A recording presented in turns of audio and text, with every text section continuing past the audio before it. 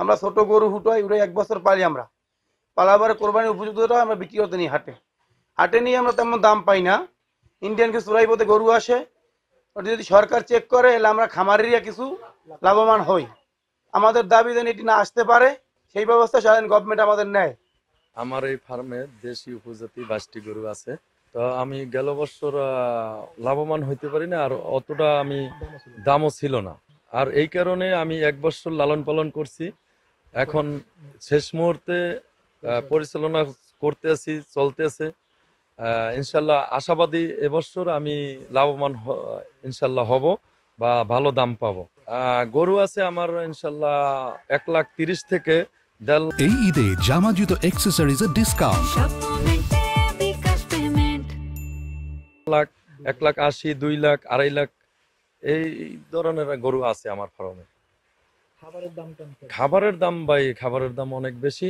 খাবার দেশি উপজাতি খাবারই আমি খাওয়াইছি সবই। আর আমার গরু সব দেশি গরু।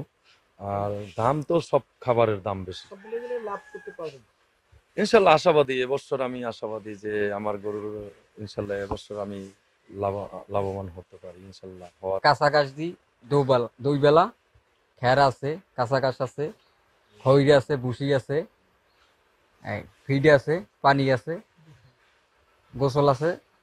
গোসল করাই 2 বেলা, সকাল একবার, দুপুর একবার। এবার ধান সারিয়ে দিয়ে তারপর গরুগুলো যাতে সুস্থ থাকুক, একটু পরিশ্রম বেশি করা লাগতেছে। এখন সামনে সামনে কোরবানি আসছে, এই জন্য একটু বেশি পরিশ্রম করা লাগতেছে।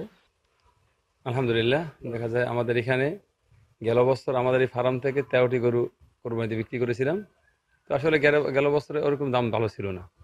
এবছর আমরা সারা বছর জুড়ে আমরা এই ফার্ম থেকে 12টি গরু কোরবানি হাটে উঠানোর জন্য প্রস্তুত করেছি। এখন শেষ মুহূর্ত, তো এখন শেষ মুহূর্তে পরিচর্যা চলতেছে। আমাদের এখানে 3জন লেবার আছে, ওরা কাজ সবসময় করে। তো এখন দেখা যায় এবছর কেমন দাম হবে জানি না বাজারের, তো মোটামুটি আশা করা যায় এবছর আগে গেল বছর ভালো হবে আশা করি। তো আমাদের এখানে এই ফার্মে আছে হলো 90,000 থেকে শুরু করে 2.5 লাখ টাকার মতো গরু আমাদের এখানে আছে। আমাদের দেশি গরু মান ভালো, ঘাস খায়, কুটো খায়, অনেক কিছু। কিন্তু ইন্ডিয়ান গরু অবৈধ পথে আসার কারণে আমাদের খামারাদের কিছু ক্ষতি হয়।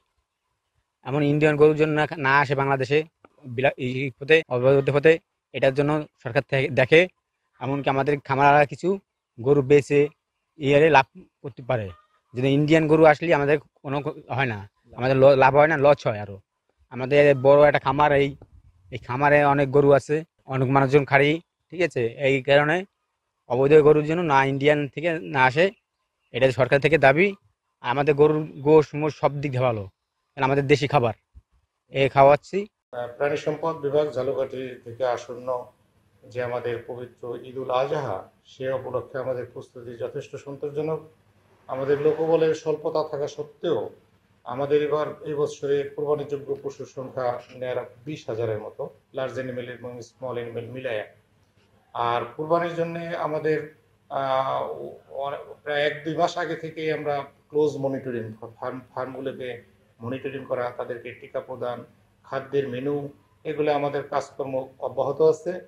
আর এই ডিস্ট্রিক্টে গতবার যে কোরবানি হয়েছে প্রায় 29,000, এবারও আশা করতেছি ওই যে 25 থেকে 29,000-এর মতো কোরবানি হবে। এই হাটগুলোতে প্রত্যেকটা হাটে আমাদের ভেটেরিনারি মেডিকেল টিম থাকবে এবং তারা সার্বিকভাবে মনিটরিং করবে কোনো অসুস্থ অ্যানিমেল যেন হাটে বিক্রি কোনো মতেই না হয়। আর ভারতীয় গরু তো বাংলাদেশে আসে না, সরকারও এটা ডিসকারেজ করে, আমরাও ডিসকারেজ করতেছি।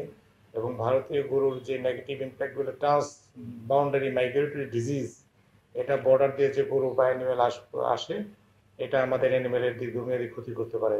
একটা হলো ট্রান্স বাউন্ডারি মাইগ্রেটরি ডিজিজ। এই কারণেই আমরা কোনো মতেই চাচ্ছি না যেন ভারতীয় অ্যানিমেল বাংলাদেশে ঢুকে।